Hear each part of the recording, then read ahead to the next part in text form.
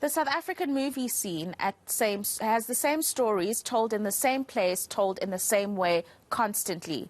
Now, Bad Bishop producer Vuyani Bila says the industry must shake off the dust and canisters and get with the times. And he's also saying that young people are the ones to do it. He joins us now, and he's the founder of For Art's Sake Productions, to talk more about these issues. Now, you speak about how South Africa's film industry has the potential to evolve immensely and the potential that it waits for young filmmakers in the industry. What's preventing that potential?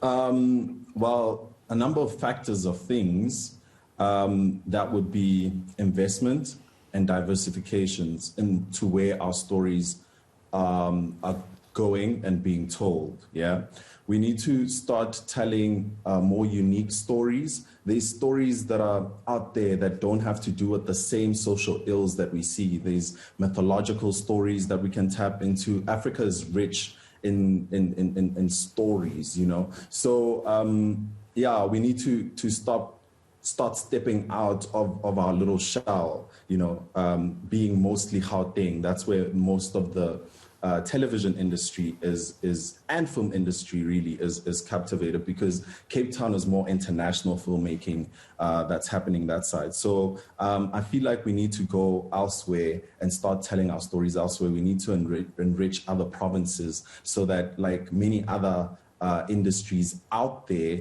like America, where you'd have New York and you'd have LA, and you know, you'd hear different stories from this side to that side. We need to start enriching other provinces so we can hear their stories on this side and that side, you know? Yeah.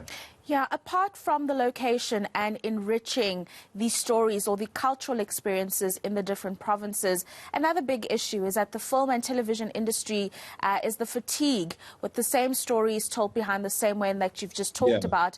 But it also leaves very little room for new entrants. You know, we are seeing a rotation of the same actors being used to tell different stories. And that, I think, is part of the big problem. Yeah, it's a big problem, hey. Look, you have institutions that graduate every year, almost close to 300 acting qualified actors. You have skills programs that are running everywhere simultaneously that are giving, you know, access and proper knowledge to these actors, but then you only have two outlets, you know, being your national broadcaster and multi-choice. And then it's because of like these two small entities, like it's too many people. We need to find more independent production companies. We need to find more independent, you know, film houses. We need to create more outlets so people can come in. It's not that the industry doesn't want to take in new actors and so on, but we need to open up more outlets, you know. So it's a real problem that we need to start talking honestly about, because a lot of people, the broadcast industry attracts a lot of people. A lot of people have dreams, you know, but we need to start being honest as to how many outlets are there that are really sustainable and profitable. We need to now start looking at creating our own film houses, and yeah, it falls back to that.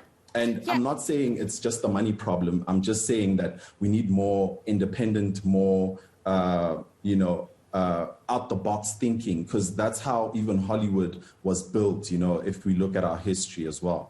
Yeah, and I'm glad you bring up that last point, because it takes me into my next question, which was going to be addressing the issue of how do we break new ground in terms of storytelling. You've spoken about the independence and out-of-the-box thinking. And I'm just also wondering, does education have a part to play here? Do we have an issue of the graduates that are coming out of the schooling system aren't good enough, or the resources, not even just money, are some of the other issues that may play a part? Yeah, I don't think the education is a factor. We have a lot of talented filmmakers in South Africa, a lot of people who love films and have studied them. The question might be about resources.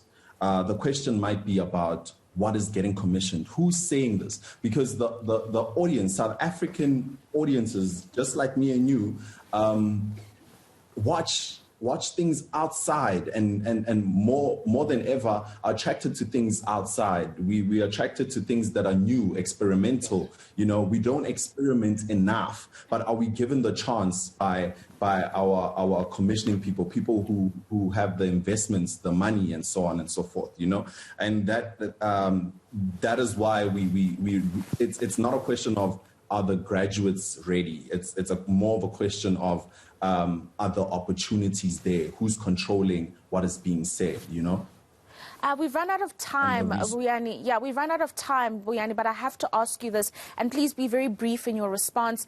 The importance of the digital space, how important will it be when it comes to effective storytelling, given COVID and the direction that the world is taking?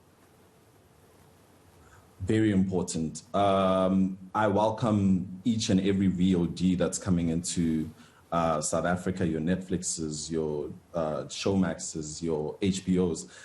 They're creating more outlets for young storytellers, your Telkom ones that will initiate and actually touch into other people that will say, hey, we like you, you're quite unique, come through.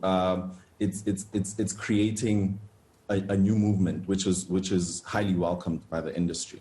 Right, Vuyani Bila, who's the founder of Art's Sake Productions, joining us now to talk about how we can transform or shake up the television and film industry in South Africa to diversify the storytelling that currently exists.